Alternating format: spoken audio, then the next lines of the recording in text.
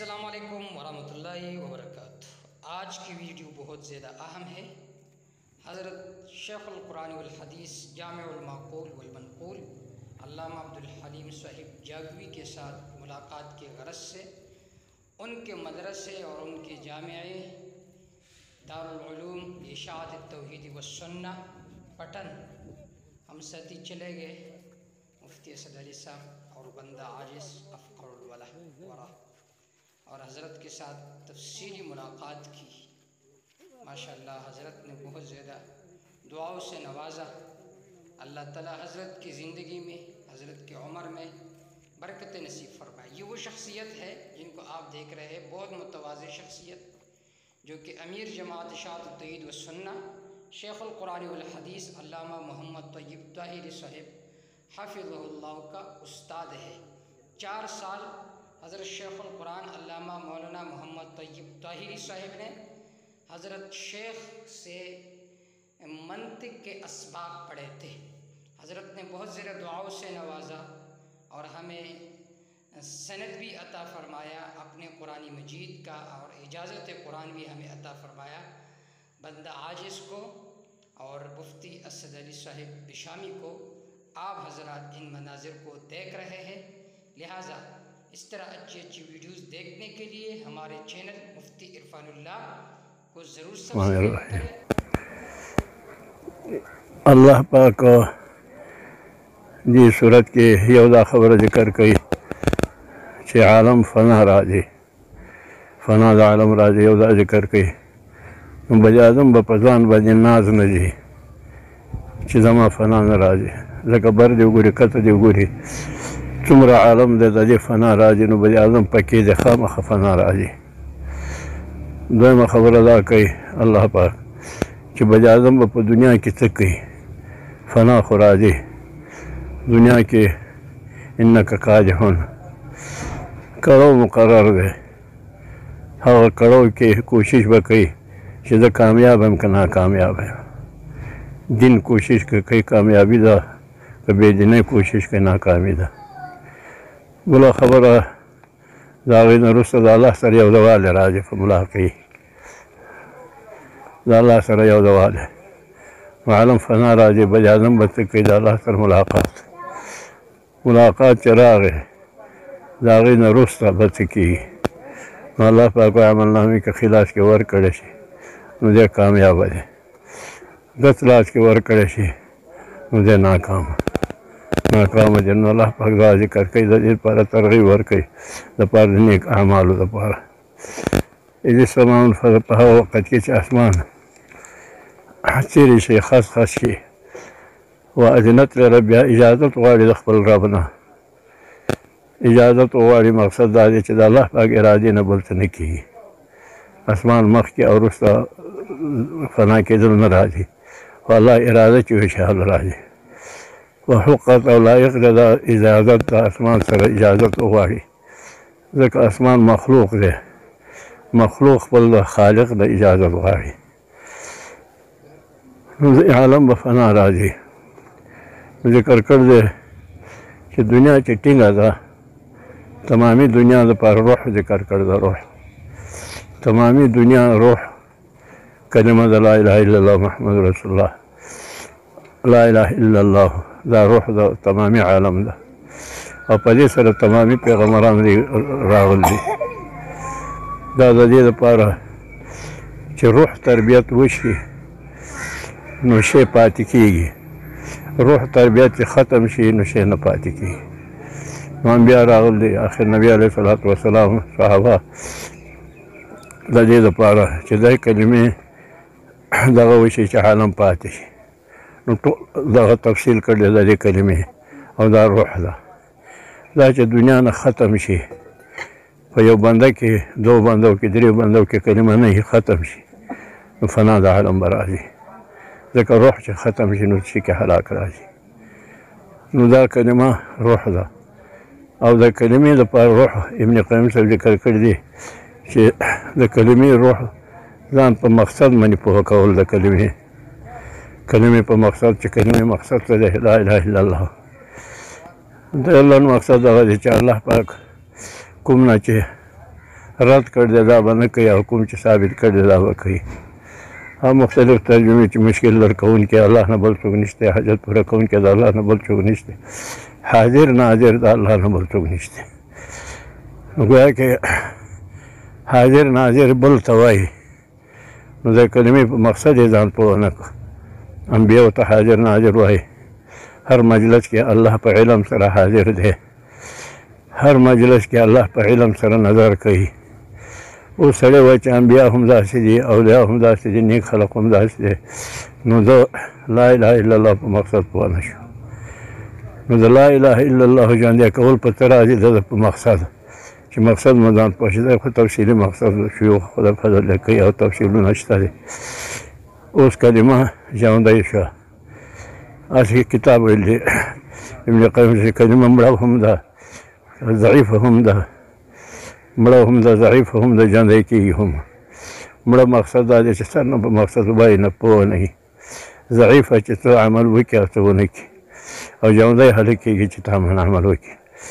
نو کلمه ژوندی شوه.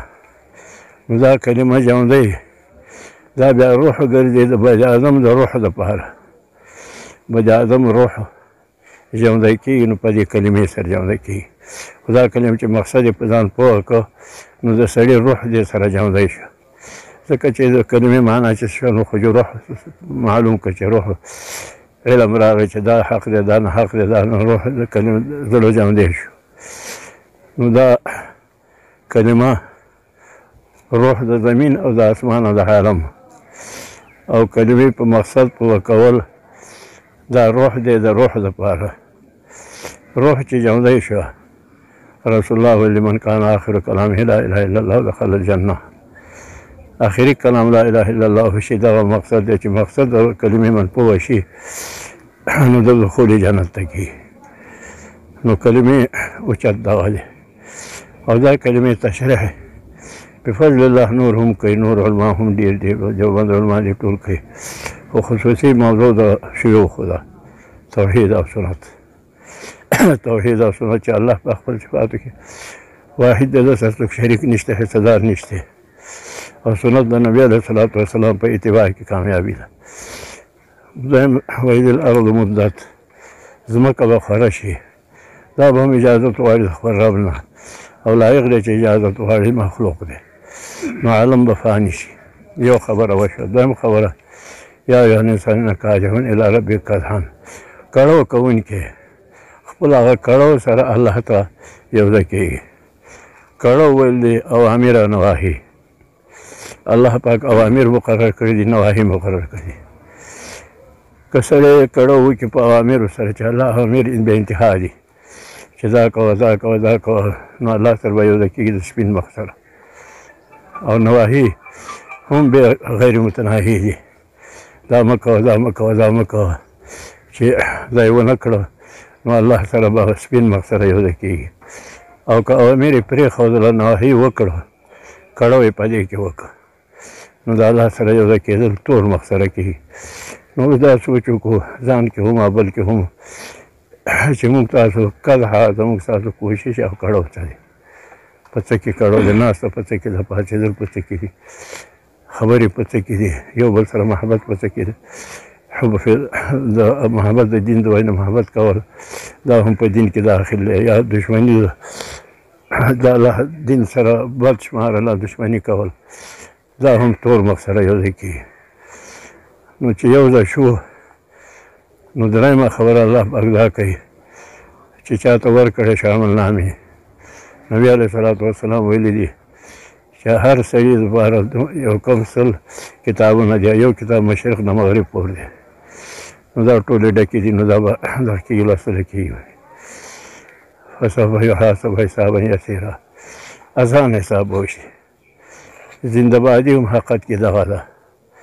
دلته خو زموږ ستاسو دنیا لالچ دی، معبر شو یا فلان کې شو، غونې رتبه حاصل شو، فلان کې زنده باد، فلان کې زنده باد چغې وباسي. او حقیقت کې زنده بادي دغه ده، حسابا یسیرا.